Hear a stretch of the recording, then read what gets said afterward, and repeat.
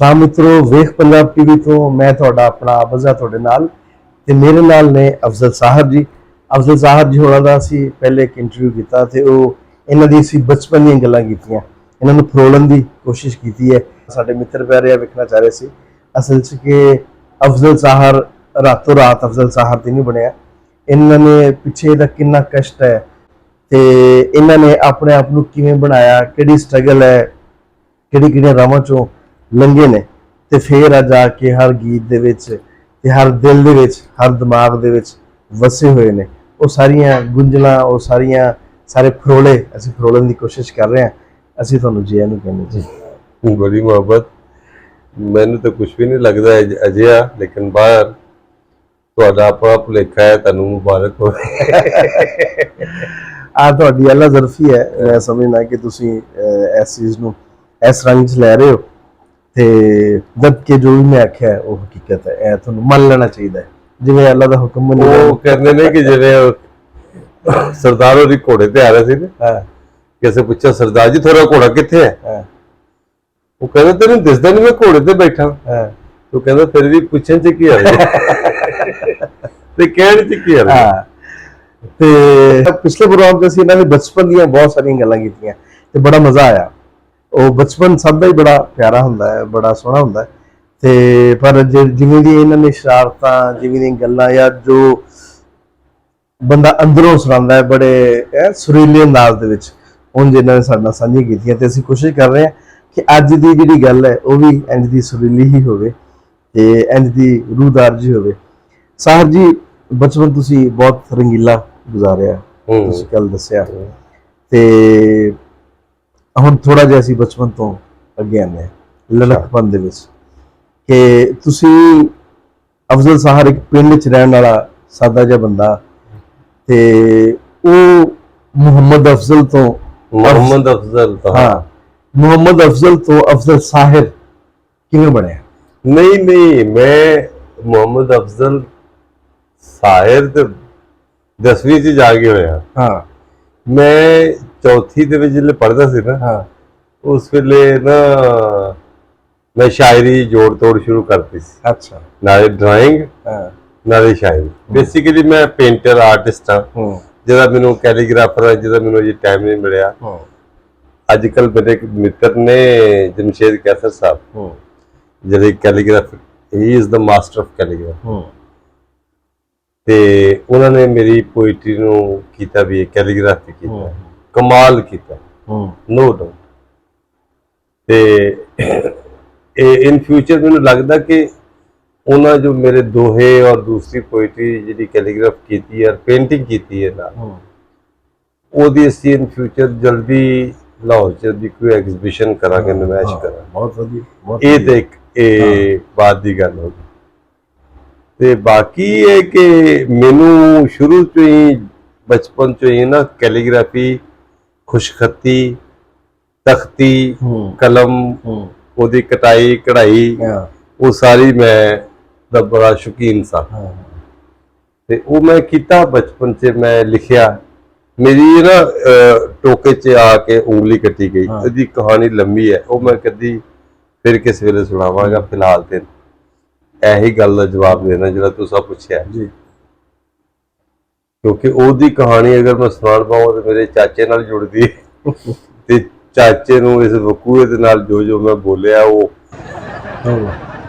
ਉਹ ਲੰਮੀਆਂ ਕਹਾਣੀਆਂ। ਤੇ ਮੈਂ ਉਹ ਇਹ ਕਹਿਣਾ ਚਾਹ ਰਿਹਾ ਸੀ ਕਿ ਮੁਹੰਮਦ ਅਫਜ਼ਲ ਸਾਹਿਬ ਤੇ ਮੈਂ ਜਾ ਕੇ 9ਵੀਂ 10ਵੀਂ ਚ ਹੋਇਆ।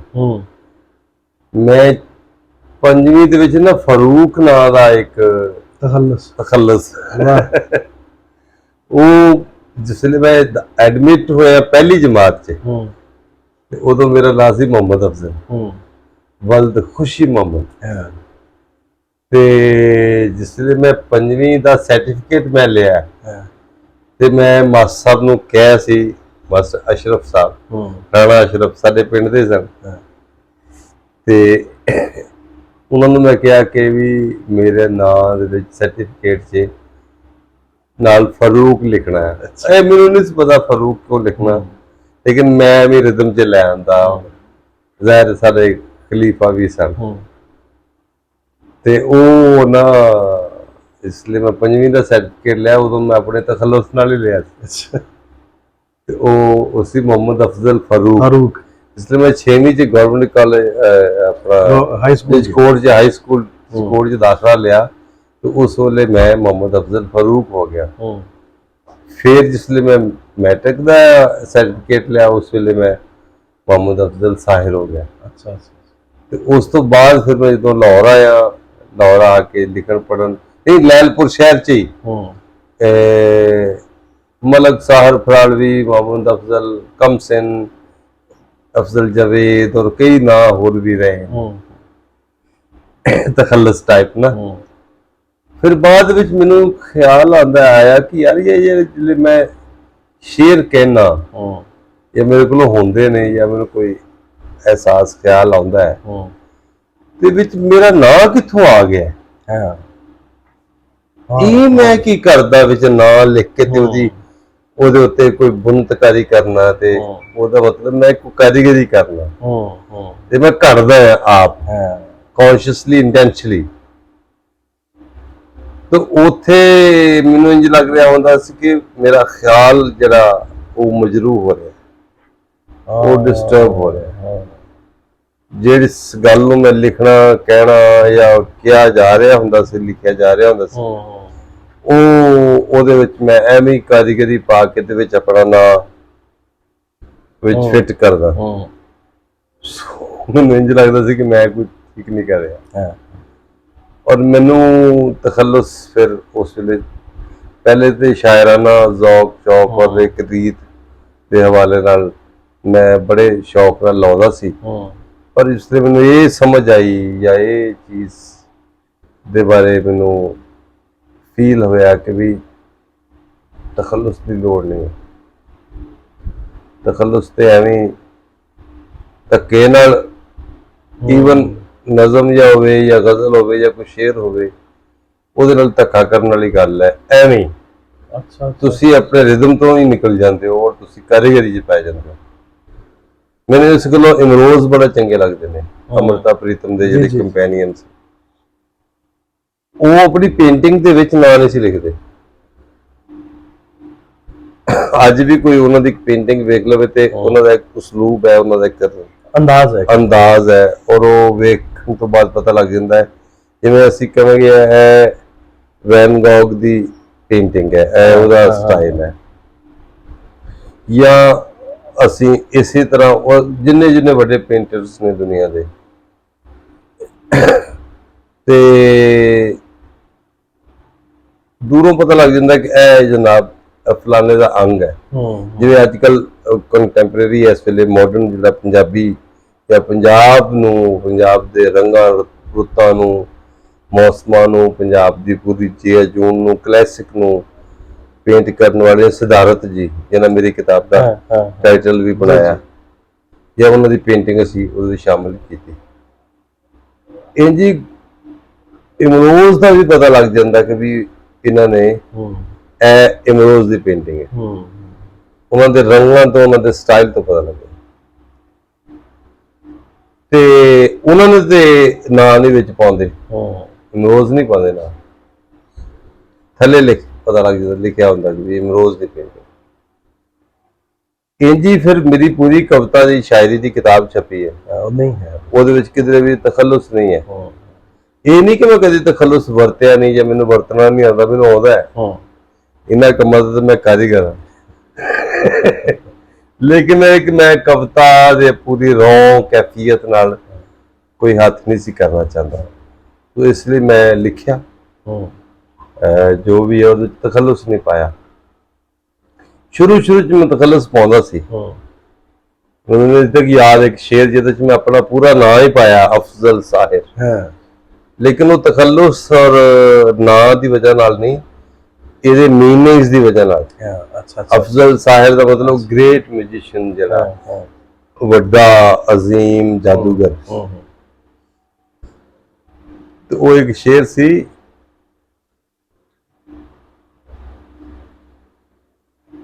ਸਾਹ ਮੌਤ ਨੂੰ ਮਿਲ ਕੇ ਆਏ, ਸਾਹ ਮੌਤ ਨੂੰ ਮਿਲ ਕੇ ਆਏ, ਮੌਤ ਨੂੰ ਮਿਲ ਕੇ ਆਏ, ਸਾਹ ਮੌਤ ਨੂੰ ਮਿਲ ਕੇ ਮੌਤ ਨੂੰ ਮਿਲ ਕੇ ਆਏ, ਵਿੱਚ ਰੱਬ ਲਪੇਟ ਲਿਆਏ। ਹਾਂ ਹਾਂ, ਵਾਹ ਵਾਹ ਵਾਹ। ਦਸ ਕਾਦਾ ਅਫਜ਼ਲ ਸਾਹਿਬ, ਹਾਂ, ਦਸ ਕਾਦਾ ਅਫਜ਼ਲ ਸਾਹਿਬ, ਵਾਹ। ਦੋ ਨੈਣ ਕੀਲ ਗਏ ਹਾਏ। ਆਹਾ, ਦਸ ਕਾਦਾ ਅਫਜ਼ਲ ਸਾਹਿਬ, ਦੋ ਨੈਣ ਕੀਲ ਗਏ ਹਾਏ। ਵਾਹ ਜੀ, ਦੋ ਲਓ ਜੀ, ਪਹਿਲੀ ਵਾਰੀ ਸੁਣਿਆ ਮੈਂ। ਇਹ ਵੀ ਕਿਧਰੇ ਛਪਿਆ ਨਹੀਂ ਹੈ ਕਿਉਂਕਿ ਉਹ ਤਖੱਲਸ ਸੀਗਾ। ਪੜ੍ਹਿਆ ਵੀ ਤੁਸੀਂ? ਹਾਂ, ਪੜ੍ਹਿਆ ਵੀ ਕਿਧਰੇ ਨਹੀਂ, ਅੱਜ ਪਹਿਲੀ ਵਾਰੀ ਪੜ੍ਹਿਆ। ਸ਼ਾਇਦ ਪੜ੍ਹਿਆ ਹੋਵੇ, ਮੈਨੂੰ ਯਾਦ ਨਹੀਂ।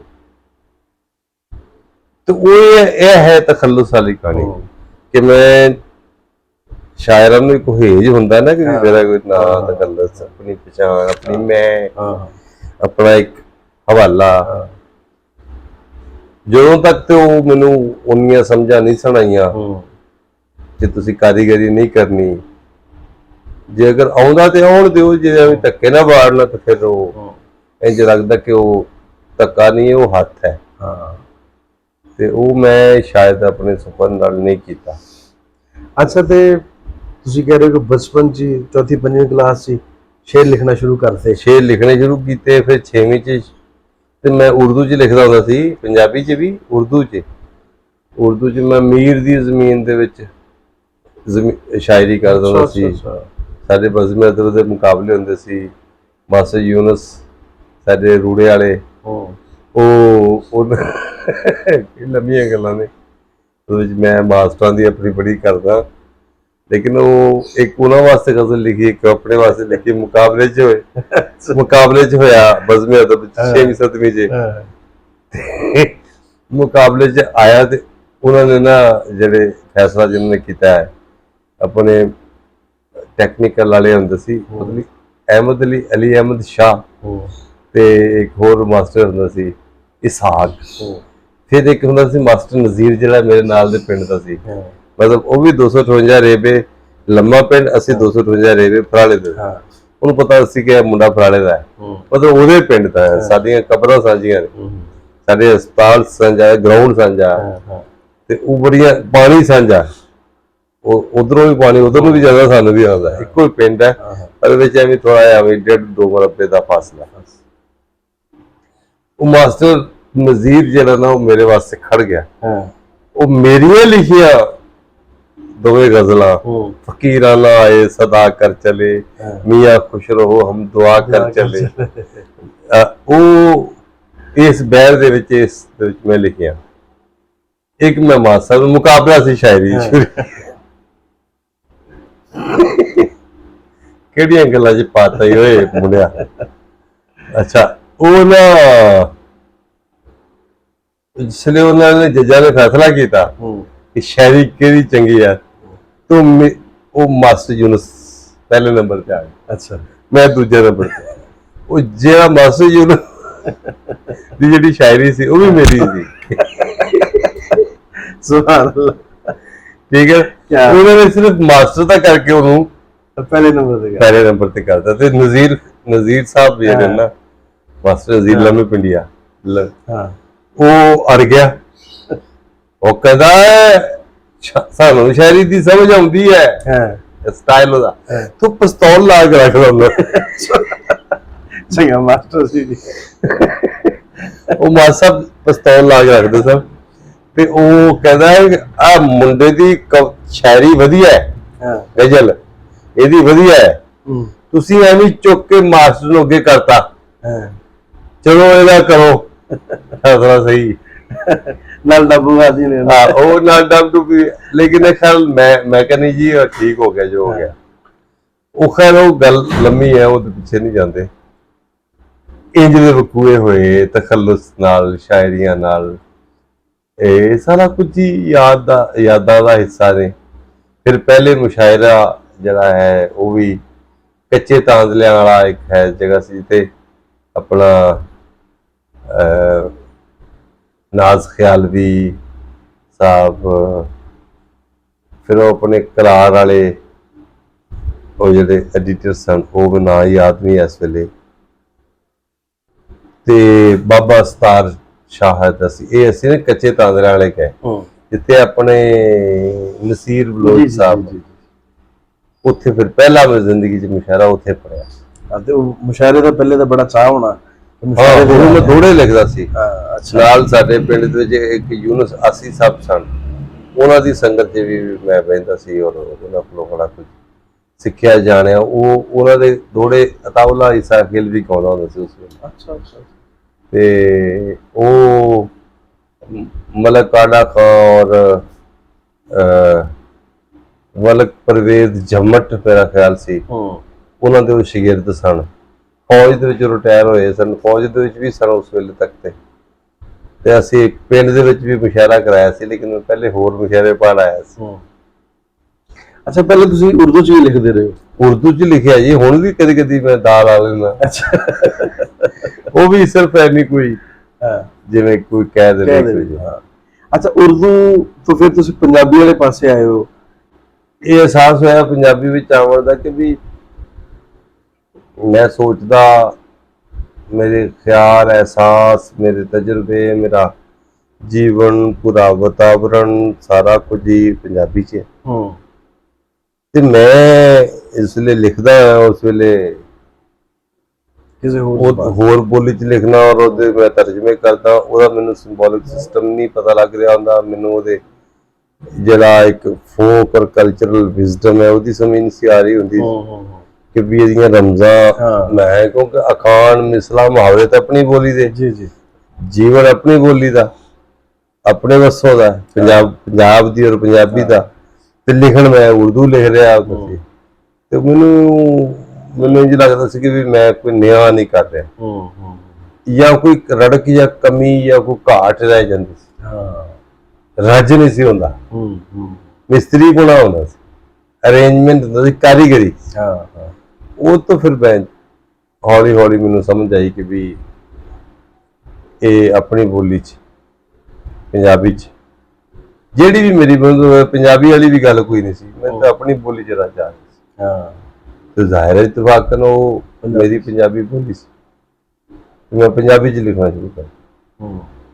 ਤੇ ਫਿਰ ਐਸਾ ਮੈਂ ਪੰਜਾਬੀ ਰਸਾਲਿਆਂ ਨਾਲ, ਪੰਜਾਬੀ ਲਿਖਤ ਨਾਲ, ਪੰਜਾਬੀ ਦੇ ਵਿੱਚ ਜਿੱਥੇ ਅਖਬਾਰ ਛਪਦਾ ਸੀ ਉਹਨਾਂ ਸਾਰਿਆਂ ਨੂੰ ਮੇਰੀ ਫਿਰ ਜ਼ਰੂਰਤ ਬਣੀ। ਫਿਰ ਮੈਂ ਆਪਣੇ ਆਪ ਨੂੰ ਪੰਜਾਬੀ ਦੇ ਮੁਤਾਬਕ ਢਾਲ ਲਿਆ, ਆਪਣੀਆਂ ਜੜ੍ਹਾਂ ਪੰਜਾਬੀ ਨਾਲ ਜੋੜ ਲਈਆਂ। ਇਸ਼ਕ ਹੋ ਗਿਆ, ਇਸ਼ਕ ਹੋ ਗਿਆ। ਮਤਲਬ ਮੈਨੂੰ ਮੇਰੀ ਫਿਰ ਮੈਂ ਪੂਰੀ ਰੀਤ ਨਾਲ ਵੀ ਸੀ, ਮਾਂ ਨੇ ਮੈਨੂੰ ਇਸ਼ਕ ਕਰਵਾ ਦਿੱਤਾ ਸੀ। ਅੱਛਾ। ਮਾਂ ਨੇ, ਮਾਂ ਦੀ ਬੋਲੀ ਗੋਦੀ ਚੋਂ, ਮਾਂ ਦੇ, ਬਾਪੂ ਦੇ ਸੰਗਤ 'ਚ ਮੈਂ ਸਾਰਾ ਕੁਝ ਸਿੱਖਿਆ।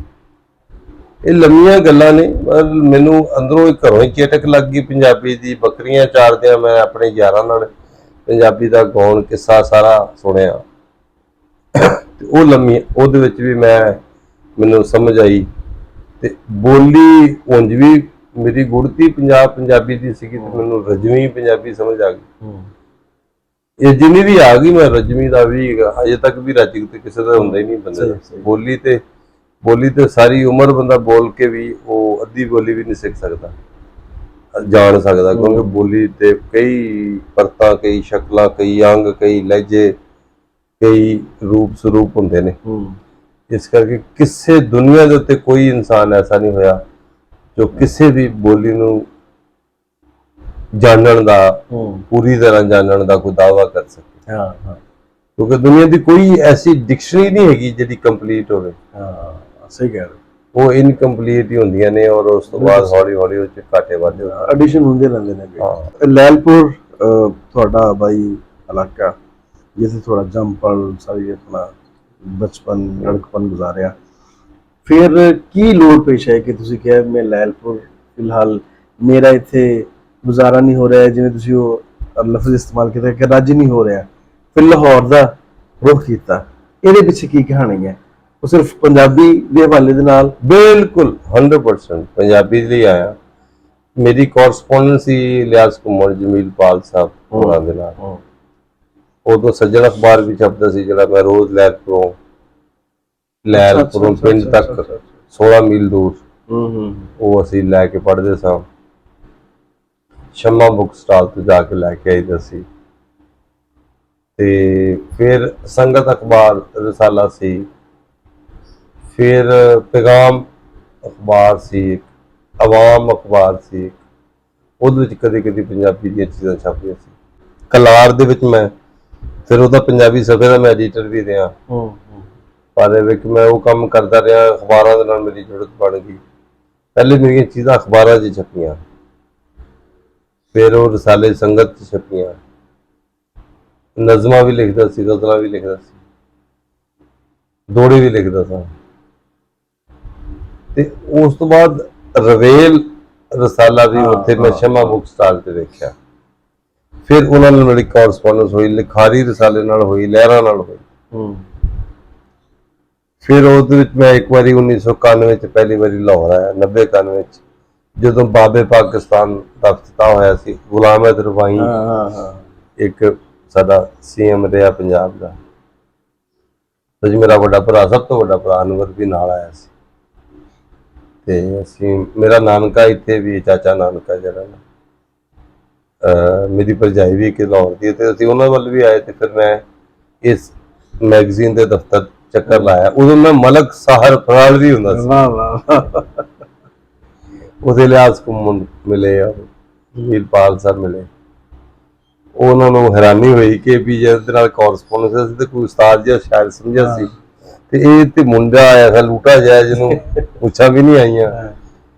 ਤੇ ਉਹ ਬਹਰਹਾਲ ਉਹਨਾਂ ਨੇ ਬੜਾ ਮਾਣ ਪਿਆਰ ਦਿੱਤਾ। ਤੇ ਫਿਰ ਮੈਂ ਐਜ਼ ਏ ਨੁਮਾਇੰਦਾ ਖਸੂਸੀ ਇਹਨਾਂ ਨਾਲ ਸ਼ੁਰੂ ਹੋ ਗਿਆ। ਤੋਂ ਉੱਥੇ ਦੀਆਂ ਜੋ ਖੈਰ ਖਬਰਾਂ, ਸ਼ਾਇਰੀ, ਚੀਜ਼ਾਂ ਭੇਜਣੀਆਂ, ਇਹਨਾਂ ਨੇ ਛਾਪਣੀਆਂ। ਫਿਰ ਮੈਂ ਇਹਨੂੰ 91 ਚ ਮੈਂ ਲਾਹੌਰ ਹੀ ਆ ਗਿਆ ਸਾਲ ਬਾਅਦ। 91 ਚ ਮਿਡ 92 ਦੇ ਸ਼ੁਰੂ ਚ ਕਹਿ ਲਓ, ਤੇ 91 ਆ। ਅੱਛਾ, ਉਥੋਂ ਆ ਗਏ ਤੇ ਫਿਰ ਆ ਕੇ ਇੱਥੇ ਇੱਕ ਤਾਂ ਰਵੇਲ ਨਿਕਲਦਾ ਸੀ। ਮੈਂ ਐਜ਼ ਏ ਸਬ ਐਡੀਟਰ ਨੌਕਰੀ ਕੀਤੀ, ਇਹਨਾਂ ਦੇ ਨਾਲ ਜੁੜ ਗਿਆ। ਕੋਈ 400 ਰੁਪਇਆ ਮਹੀਨਾ ਹੋਏਗਾ, 600 500 ਹੋਏਗਾ। ਉੱਥੇ ਰਹਿਣਾ, ਉੱਥੇ ਕਰਨਾ, ਲਿਖਣਾ, ਪੜ੍ਹਨਾ। ਫਿਰ ਮੈਟ੍ਰਿਕ ਕੀਤਾ ਤੇ MA ਕਾਲਜ ਦਾਖਲਾ ਲੈ ਲਿਆ ਰਿਹਾਇਸ਼ੀ ਜ਼ਰੂਰਤਾਂ ਲਈ। ਰਿਹਾਇਸ਼ ਨਹੀਂ ਬੜਾ ਮਸਲਾ ਸੀ, ਨਹੀਂ ਤੇ ਐਜੂਕੇਸ਼ਨ ਸਿਸਟਮ ਦੇ ਅਸੀਂ ਬਾਗੀ ਸਾਂ। ਅਸੀਂ ਤੇ ਮੰਨਦੇ ਨਹੀਂ ਸੀ ਨਾ ਡਿਗਰੀਆਂ ਵਾਲੇ ਐਜੂਕੇਸ਼ਨ ਸਿਸਟਮ, ਜਿਹਦੇ ਚ ਪੰਜਾਬ ਦੇ ਅੰਦਰ ਪੰਜਾਬੀ ਨਹੀਂ ਹੈ, ਜ਼ਰੀਆ ਤਲੀਮ ਨਹੀਂ ਹੈ। ਅਸੀਂ ਉਹਦੇ ਖਿਲਾਫ ਫਰੰਟ ਬਣਾਇਆ ਹੋਇਆ ਸੀ, ਔਰ ਬੜਾ ਡਾਢਾ ਬਣਾਇਆ ਸੀ। ਪੂਰੇ ਪੰਜਾਬ 'ਚ ਅਸੀਂ ਫਿਰ ਕੇ ਪੰਜਾਬ ਦੇ ਸਕੂਲਾਂ ਦੇ ਵਿੱਚ ਪੰਜਾਬੀ ਲਵਾਈ। ਮੈਂ ਲਿਆਸ ਘੁੰਮਣ ਸਭ ਅਸੀਂ ਜਾਂਦੇ ਹੁੰਦੇ ਸਾਂ। ਔਰ ਫਿਰ ਮੈਂ ਆਪਣੇ ਤੌਰ ਤੇ ਵੀ ਆਪਣੇ ਇਲਾਕੇ 'ਚ ਜਿੱਥੇ ਜਿੱਥੇ ਵੀ 6ਵੀਂ ਤੋਂ ਪੰਜਾਬੀ ਲਾਗੂ ਹੁੰਦੀ ਸੀ, ਉਹਦੇ ਲਈ ਅਸੀਂ ਕੰਮ ਕੀਤਾ। ਸੁਪਾਲ ਸਾਹਿਬ ਨਾਲ ਜਿਹੜੀ ਕੋਰਸਪੋਂਡੈਂਸ ਹੁੰਦੀ ਸੀ, ਤੇ ਉਹਦੇ ਨਤੀਜੇ ਮੈਂ ਲਾਹੌਰ ਆ ਗਿਆ। ਇਹਨਾਂ ਦੇ ਸਬਬ ਵਸੀਲੇ ਨਾਲ, ਸਾਂਝ ਨਾਲ, ਪਿਆਰ ਨਾਲ ਇੱਥੇ ਮੇਰੀ ਉਹ ਰਿਹਾਇਸ਼ ਹੋ ਗਈ, ਤੇ ਨਾਲ ਫਿਰ ਪੜ੍ਹਾਈ, ਨਾਲ ਫਿਰ ਪੰਜਾਬੀ ਅਦਬੀ ਸੰਗਤ ਦਾ ਇਸ ਤਰ੍ਹਾਂ।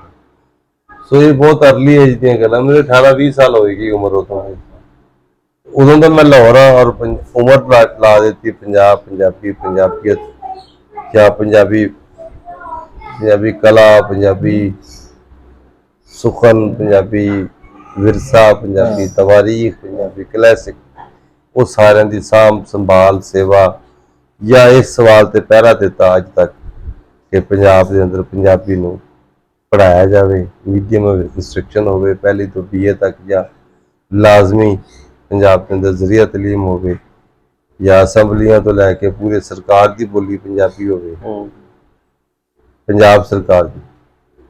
ਇਸ ਗੱਲ ਤੇ, ਇਸ ਸਵਾਲ ਤੇ, ਇਸ ਲਹਿਰ ਤੇ ਅਸੀਂ ਪਹਿਰਾ ਦਿੱਤਾ, ਔਰ ਅੱਜ ਵੀ ਦਿੰਦੇ ਪਏ। ਲਓ ਜੀ, ਬਹੁਤ ਸ਼ੁਕਰੀਆ ਅਫਜ਼ਲ ਸਾਹਿਬ ਜੀ।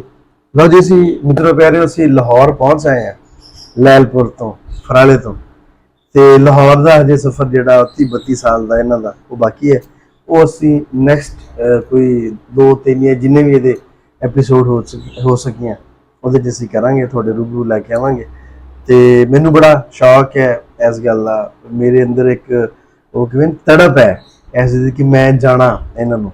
ਤੇ ਸਾਹਿਬ ਜੀ, ਬਹੁਤ ਸਾਰੇ ਲੋਕ ਤੁਹਾਨੂੰ ਪਿਆਰ ਕਰਨ ਵਾਲੇ ਨੇ, ਬੜੀ ਬਹੁਤ ਸਾਰੇ ਜਿਹੜੇ ਤੁਹਾਨੂੰ ਵੇਖਣਾ ਚਾਹੁੰਦੇ ਨੇ, ਜਿਹੜੇ ਤੁਹਾਨੂੰ ਜਾਣਨਾ ਚਾਹੁੰਦੇ ਨੇ। ਸ਼ਾਇਦ ਤੁਸੀਂ ਚੀਜ਼ਾਂ ਨੂੰ ਉਸ ਤਰੀਕੇ ਨਾਲ ਫੀਲ ਨਹੀਂ ਕਰ ਸਕਦੇ ਜਿਵੇਂ ਮੈਂ ਫੀਲ ਕਰ ਰਿਹਾ, ਕਿਉਂਕਿ ਤੁਹਾਡੀ ਜ਼ਾਤ ਹੋਰ ਹੈ, ਇੱਕ ਮੁਕਾਮ ਹੈ, ਤੇ ਮੈਂ ਇੱਕ ਆਮ ਲੀਵਰ ਨਿਮਾਣੇ, ਮੈਂ ਵੀ ਨਿਮਾਣਾ, ਆਮ ਹੀ ਹੈ। ਨਹੀਂ ਇੱਕ ਆ ਬੜੀ ਗੱਲ ਹੈ ਤੁਹਾਡੀ ਕਿ ਤੁਸੀਂ ਆਪਣੇ ਆਪ ਨੂੰ ਬਿਲਕੁਲ ਉਂਝ ਹੀ ਸਮਝੋ ਕਿ ਜਿਵੇਂ ਆਮ ਖਲਕਤ ਹੈ, ਲੇਕਿਨ ਜੋ ਤੁਸੀਂ ਲਿਖਦਾ ਹੈ, ਜੋ ਤੁਸੀਂ ਬੋਲਦਾ ਹੈ, ਜੋ कहता ਹੈ, ਜਾਂ ਜੋ ਅਸਰ ਹੋਏ ਨੇ ਤੁਹਾਡੀਆਂ ਗੱਲਾਂ ਦੇ ਜਾਂ ਤੁਹਾਡੇ ਲਿਖਤਾਂ ਦੇ ਲੋਕਾਂ ਦੇ ਜ਼ਿਹਨਾਂ ਦੇ ਵਿੱਚ, ਦਿਲਾਂ ਦੇ ਵਿੱਚ ਘਰ ਕੀਤਾ, ਉਹ ਬੜੀ ਦੂਰ ਤੱਕ ਇਹਦੇ ਅਸਰਾਤ ਜਿਹੜੇ ਨੇ ਮੁਹੱਬਤ ਉਹ ਪਹੁੰਚਣਗੇ।